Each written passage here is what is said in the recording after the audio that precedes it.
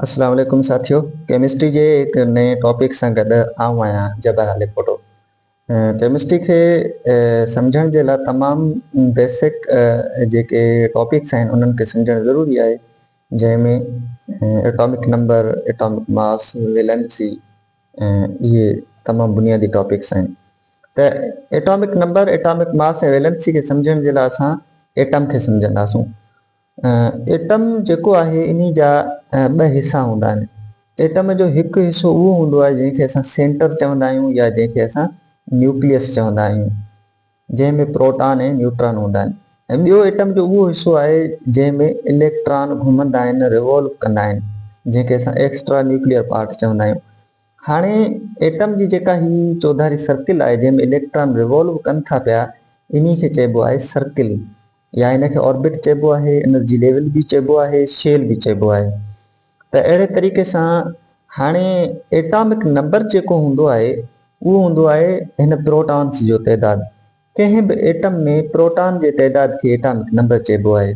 Total number of protons in an atom is called atomic number. So मिसाल तौरु ही हिकु एटम आहे, हिन एटम में 5 प्रोटॉन आहिनि, त इन जो एटॉमिक नंबर 5 थी वियो।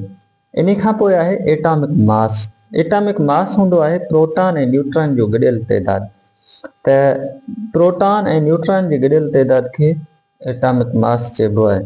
मिसाल तौरु हाणे ही एटम आहे, हिन में 5 प्रोटॉन आहिनि, 9 न्यूट्रॉन आहिनि। असां मिसाल खयो आहे त 5 प्रोटॉन ऐं 9 न्यूट्रॉन जंहिंखे प्लस कंदासूं त थींदा 14।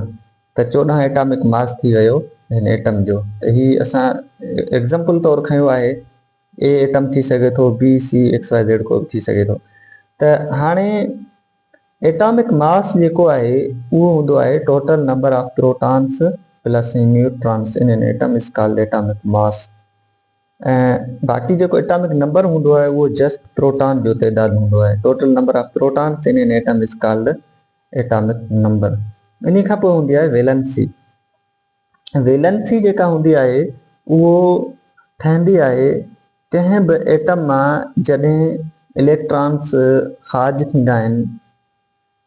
कंहिं बि एटम मां जेके इलेक्ट्रॉन्स जेके हूंदा आहिनि उहो लास्ट शेल जेको एटम जो हूंदो आहे उन में लास्ट शेल में जेतिरा बि इलेक्ट्रॉन्स हूंदा उहो उन जी वेलेंसी हूंदी। सो वेलेंसी जेको आहे उनखे सम्झण जे लाइ असां कंहिं बि हिकु एटम जो एग्ज़ाम्पल खणूं था। मिसाल तौरु ही हिकु एटम आहे, हिन एटम जो ही न्यूक्लियस आहे, उन जी पहिरीं सर्किल में 2 इलेक्ट्रॉन्स आहिनि ऐं ॿी सर्किल में 3 इलेक्ट्रॉन्स आहिनि। त हाणे जेका वेलेंसी आहे इहा हिन एटम जी जेका आहे उहा थी वेंदी 3 वेलेंसी, छाकाणि जो हिन जी ॿी सर्किल में 3 इलेक्ट्रॉन्स आहिनि। त total number of electrons in last shell is called valency. Valency combining capacity हूंदी आहे। त एटम जे लास्ट शेल में जेके इलेक्ट्रॉन्स हूंदा आहिनि उहो उन खे वेलेंसी खे शो कनि था। त वेलेंसी असांखे सम्झण जे लाइ असां अञा बि कुझु वधीक डिटेल में वञणु चाहियूं त वेलेंसी कंहिं बि एटम जी प्लस बि थी सघे थी ऐं माइनस बि थी सघे थी।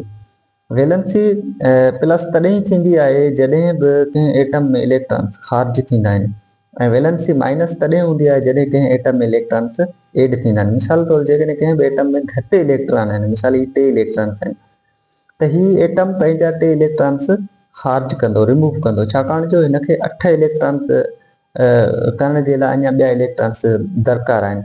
त 5 इलेक्ट्रॉन्स त को बि एटम कोन ॾींदो, इन जे करे ही 3 इलेक्ट्रॉन्स ख़ारिज कंदो ऐं अहिड़े नमूने सां ही +3 में हलियो वेंदो। त बाक़ी जेको आहे उहे एटम्स जेके इलेक्ट्रॉन्स वठंदा आहिनि उन्हनि जी वेलेंसी -1 हूंदी आहे।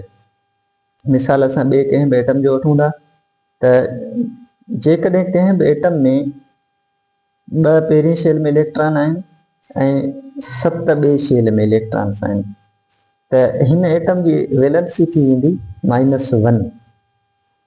-1 इन जे करे थींदी छाकाणि जो ही एटम हिकु इलेक्ट्रॉन वठे थो, त जॾहिं इलेक्ट्रॉन्स वठंदो आहे या गेन कंदो आहे त उहो माइनस में हलियो वेंदो आहे। त वेलेंसी प्लस ऐं माइनस में हूंदी आहे, ऐं प्लस में तॾहिं हूंदी आहे जॾहिं को बि इलेक्ट्रॉन जॾहिं को बि एटम इलेक्ट्रॉन्स एक्सेप्ट कंदो आहे, वठंदो आहे, मतिलबु इलेक्ट्रॉन्स ख़ारिज कंदो आहे, ऐं माइनस में तॾहिं हूंदी आहे जॾहिं एटम इलेक्ट्रॉन्स वठंदो आहे। त जॾहिं बि को एटम इलेक्ट्रॉन ख़ारिज कंदो आहे त प्लस में हलियो वेंदो आहे, जॾहिं बि को एटम इलेक्ट्रॉन्स एक्सेप्ट कंदो आहे त उहो माइनस में हलियो वेंदो आहे।